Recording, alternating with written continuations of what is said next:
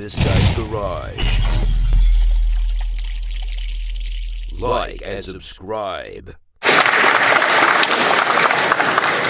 Questions orales, oral questions, none have.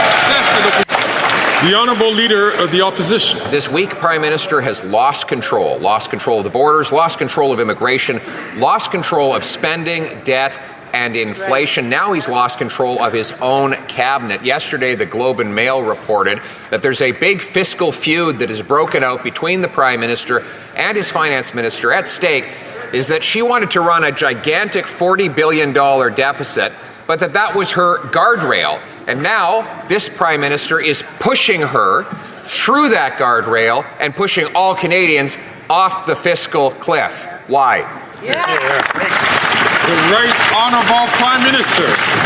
Speaker, the Conservative leader likes to make up little dramas to try and distract Canadians from the fact that he voted against a tax break for all Canadians. He's trying to hide from the fact that he continues to muzzle his own MPs so they cannot be their community's voices in Ottawa, instead being his voice in forcing them to face billions of dollars in cuts to housing programs. He continues to refuse to get his security clearance because he doesn't want to keep his own MPs safe from foreign interference. That's why he's trying to distract Canadians from what's going on. The Honourable Leader of the Opposition. Muzzling, Mr. Speaker. His Liberal MPs are not speaking out against him because he's allowing so much liberty. It's because he's so weak. Right. And there's nothing worse than a weak bully. He's now cracking down on his own finance minister, some feminists. On this side of this house, I lead by inspiration while he leads by intimidation. Once again, why won't he follow my inspiration and stand up for the promise that he made to keep the deficit under $40 billion?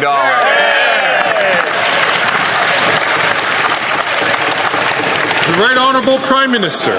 Once again, Mr. Speaker, we see very clearly for the Leader of the Opposition, it's all about him. Well, for us, Mr. Speaker, it's all about Canadians. It's all about giving Canadians a tax break over the next 2 months that the Conservative Leader voted against. Right. It's about delivering dental care to 1.2 million Canadians, where 3 million Canadians are already approved to access dental care in the coming year. The fact is, Mr. Speaker, we continue to be there for Canadians. He continues to be there for himself to try and block the help we're delivering to Canadians to make sure everyone thinks everything is broken because he's busy breaking it.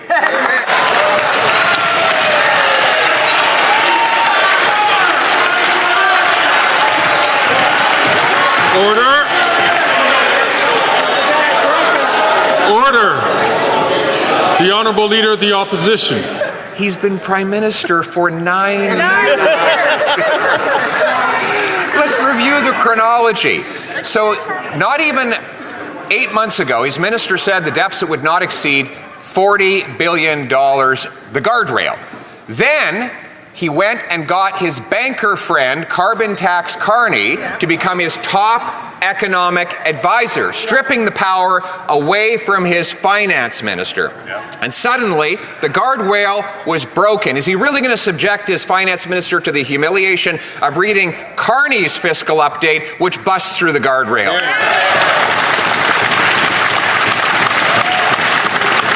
The Right Honourable Prime Minister. Mr. Speaker, this morning the Bank of Canada announced interest rates are going down yet again. That is terrible news for the Leader of the Opposition, but it's great news for Canadians for whom things will become more affordable. On top of that, a tax break out for Canadians over the next 2 months that the Leader of the Opposition voted against. Why, Mr. Speaker? Because he cares more about his own political interests than he does about Canadians who are struggling. Oh, he'll talk about the challenges Canadians are facing to try and instrumentalize them for his own gain, but he won't lift a finger to help Canadians. The Honourable Member for Burnaby South. Donald Trump is a bully, and bullies prey on weakness. When Trump says jump, the Prime Minister says how high.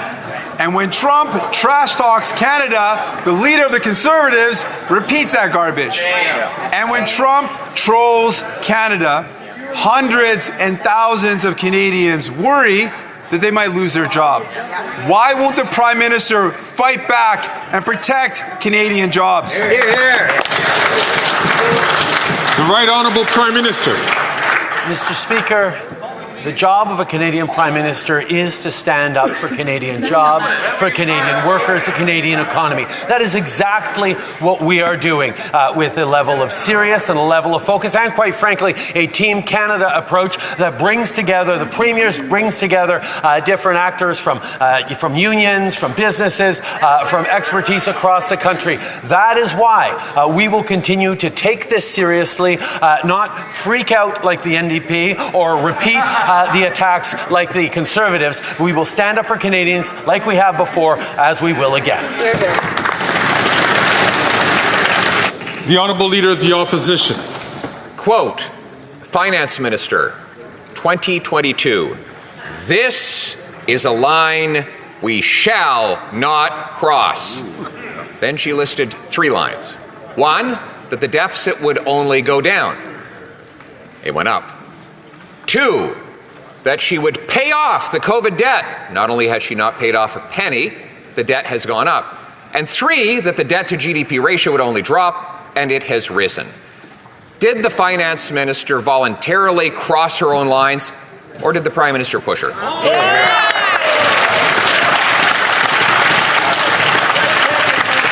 The Right Honourable Prime Minister. Mr. Speaker, the Leader of the Opposition is once again putting on his little dramatic acts because he is trying to distract Canadians from the core facts.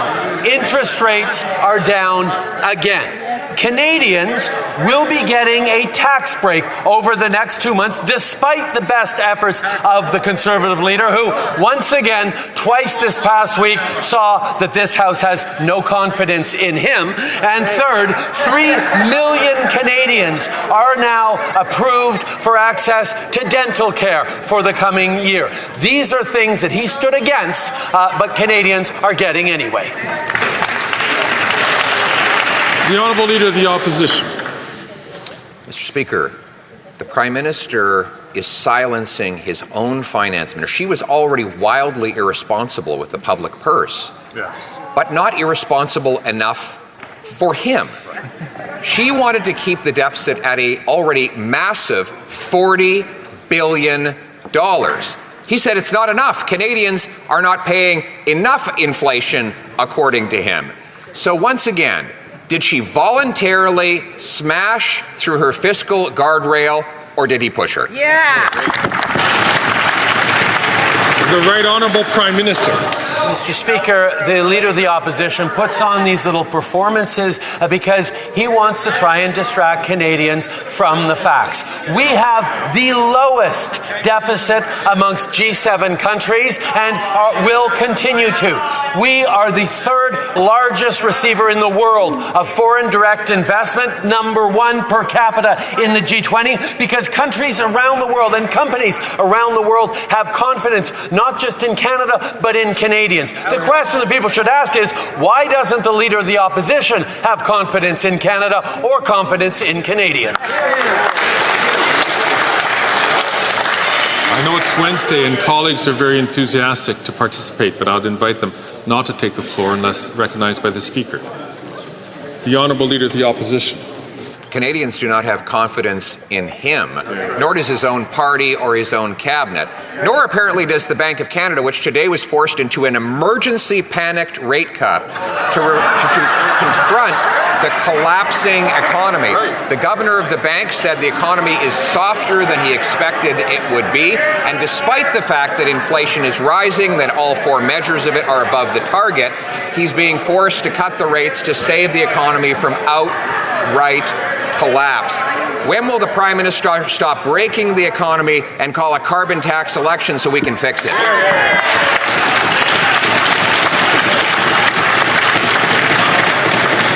Again, I'm going to ask members not to take the floor unless recognized by the Chair. The Right Honourable Prime Minister. This is completely illogical. Say that in English. The reality is, Mr. Speaker, he's just making this stuff up in a way you couldn't believe. Inflation has been within the target range of the Bank of Canada for over 10 months now. This is because we have been there to help Canadians with things like dental care, like a school food program, with investments that are growing the economy in a way that has brought down inflation and allowed the Bank of Canada to cut rates faster than just about any other G7 country. We are there for Canadians. He's the one voting against things.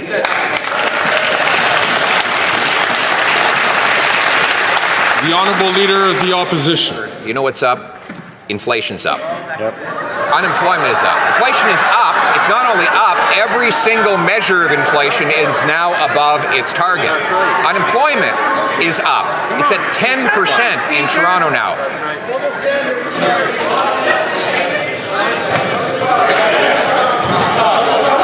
Order. I didn't hear any of it, Greg. The Honourable Leader of the Opposition. Please start again. You know what's up? Inflation's up. All four measures of inflation are now above target. Unemployment's up. In Toronto, it's over 10%.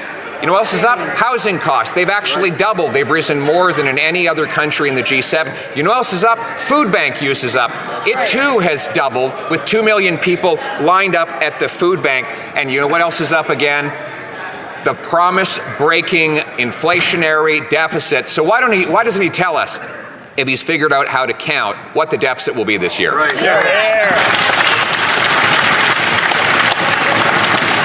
The Right Honourable Prime Minister. Mr. Speaker, one has to take a moment to appreciate how difficult it must be to be the Leader of the Opposition at a time when things are getting better for Canadians. He spends all his time, and has for the past... That's enough. I'm going to ask members, please, in particular the members from Portage, Lisgar, as well as from Abbotsford, not to take the floor unless recognized by the Speaker. I'm going to invite the Right Honourable Prime Minister to start again. Mr. Speaker, the challenges faced by the Leader of the Opposition is that he's spent so long explaining to Canadians that everything is broken that when things start to get better, he refuses to actually help Canadians. He's voted against a tax break for Canadians over the next few months. He's voted against the dental care that's helped already well over 1 million Canadians. He is stuck in a place where, as Canadians are starting to come through the difficult times the global economy has put them in, he needs to continue to talk down Canadians, talk down our economy, and scare people into voting for him. It won't work. The Honourable Leader of the Opposition. Mr. Speaker, yesterday the Bloc voted once again for $21 billion in federal spending from the centralizing government.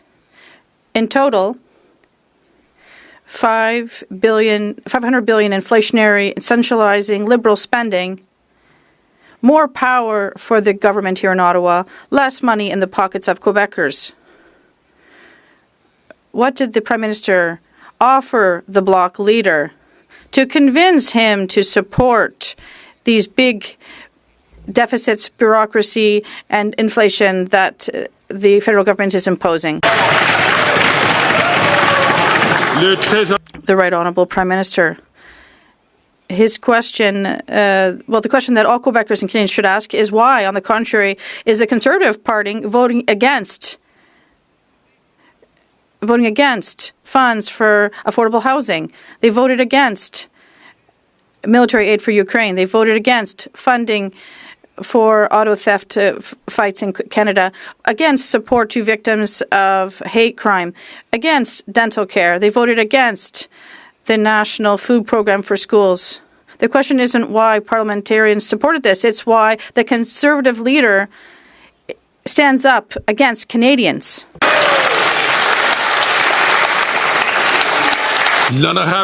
The Honourable Leader of the Opposition. The Prime Minister and the entire Liberal caucus voted against taking the GST off new homes, which would have saved up to $50,000 for a young couple trying to buy a home, almost $3,000 a year in lower mortgage payments, and would have stimulated an extra 30,000 additional homes built. Even the Prime Minister's own housing advisor said that this was the best housing policy he's seen in a generation. Why does the Prime Minister insist on taxing young people who are struggling to pay the doubling housing costs that he's brought since he took office? The Right Honourable Prime Minister. Mr. Speaker, Canadians have long learned that whenever Conservatives make promises, you have to look at the small print. And what the Leader of the Opposition actually proposed was cutting billions of dollars worth of investments to municipalities across the country to create more density, to accelerate the construction of homes, and to cut bureaucracy and red tape. Indeed, members of the Conservative Party have been advocating to invest in their communities, to send money to their mayors. And the Leader of the Opposition wrote a letter in their name saying, no, none of them want those investments in housing. Shame on him, Mr. Speaker.